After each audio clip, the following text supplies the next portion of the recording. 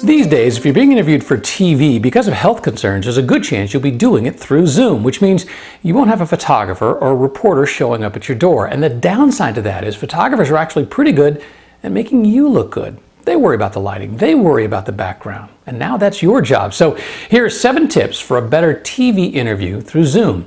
Number 1, make sure the camera you're using, the webcam, is just about at eye level. I don't want to see you looking up or looking down. We don't want to see the bottom of your chin or the ceiling back there behind you. And look directly into the camera itself, not at the person talking to you on the screen. One trick I often use is I'll reverse the picture so that my picture is the big one and the person I'm talking to is the small picture at the top, which in my case is right next to the webcam. Makes it easier for me to look into the camera itself.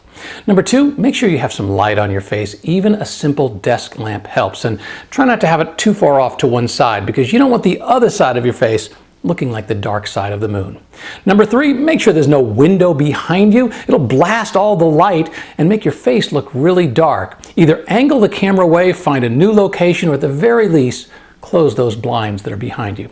And number 4, speaking of backgrounds, keep it simple. Just because your home office is good enough for a Zoom meeting with your coworkers or staff doesn't mean it's good enough to go on TV. Remember, you have an important message to get across. You don't want your background getting in the way, so choose carefully.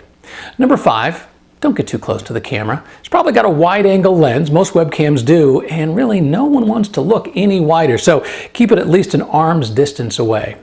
Number 6, oftentimes the mic on a webcam can actually sound pretty hollow. So one thing you might want to consider doing is actually using the audio from your telephone. You can test it beforehand, make a recording to see which one sounds better. Whichever one sounds less hollow, that's the one you want to go with.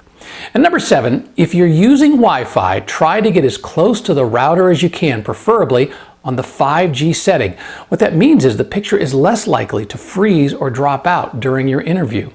Now don't forget, your goal is to get your message across. Having good lighting, good sound, and no distractions in the background will help quite a bit. If you need more media training, just look me up at rickjabrul.com.